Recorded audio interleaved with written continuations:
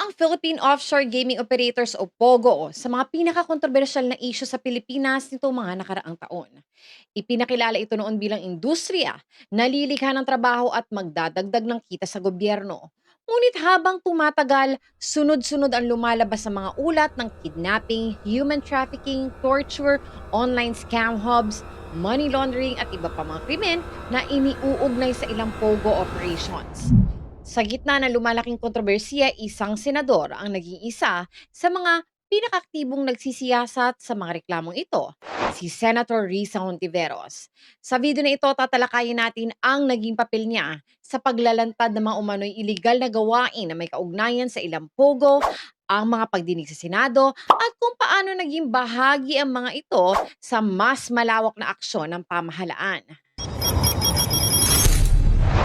Nagsimulang lumawak ang industriya ng pogo sa Pilipinas noong huling bahagi ng dekada 2010. Layunin nitong magbigay ng online gaming services sa mga manlalaro sa ibang bansa. Sa simula ay pinakita itong oportunidad para sa ekonomiya. Gayunman, kalaunan ay dumami ang mga reklamo laban sa ilang pogo operations. Lumitaw ang mga ulat tungkol sa human trafficking, iligal na pagpasok ng mga dayuhan, online fraud at iba pang krimen. At dahil dito nagsimulang magsagawa ng masusing investigasyon ng Senado. Bilang Chair Senate ng Committee on Women, Children, Family Relations and Gender Equality, pinangunahan ni Senator Risa Hontiveros ang ilang pagdinig na tumalakay sa mga reklamong may kaugnayan sa ilang POGO compounds. Sa mga hearing na ito, inimbitahan ng iba't ibang opisyal ng pamahalaan, resource persons at maging ang ilang biktima upang ilahad ang kanilang karanasan. Dito lumabas ang mga testimonya tungkol sa sapilitang pagtatrabaho, pagkumpiska ng mga pasaporte, pagbabanta, pananakit at iba pang sinasabing paglabag sa karapatang pantao.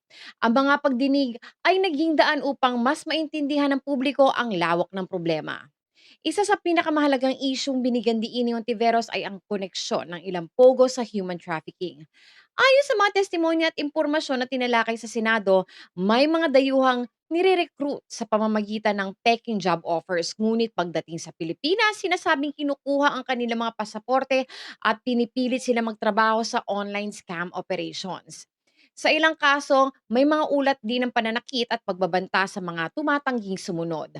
Ang mga impormasyong ito ay naging batayan ng mga rescue operations at karagdagang investigasyon ng iba't ibang ahensya.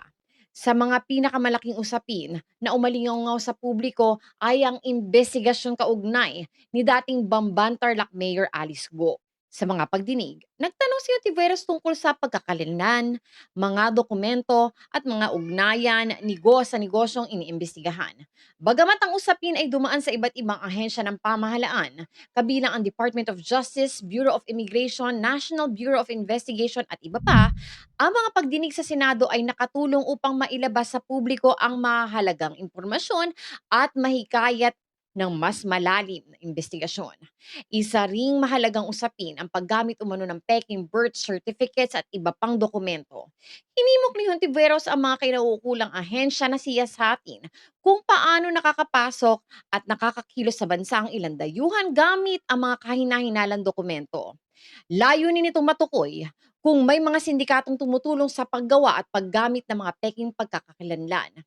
Habang dumarami ang mga lumalabas na impormasyon, paulit-ulit na nanawagan si Senator Risa Hontiveros para sa mga mahigpit na pagpapatupad ng batas laban sa mga iligal na pogo.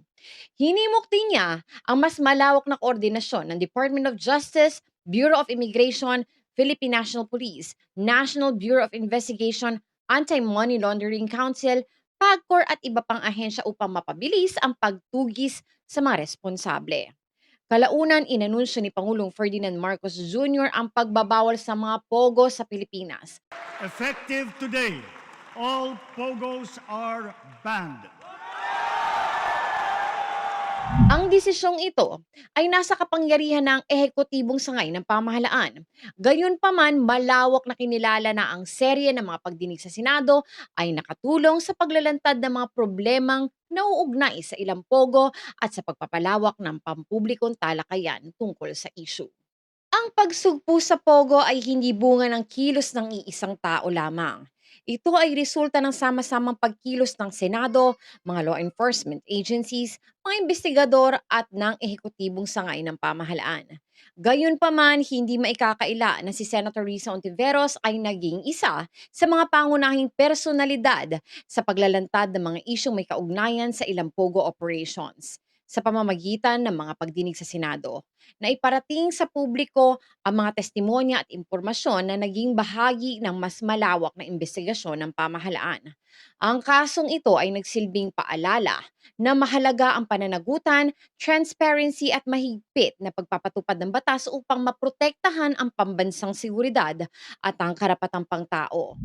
Kung nagustuhan niyo ang video na ito at nais pa ninyo makapanood ng masusing talakayan tungkol sa mahalagang issue ng Pilipinas, huwag kalimutan mag-like, mag-share at mag-subscribe.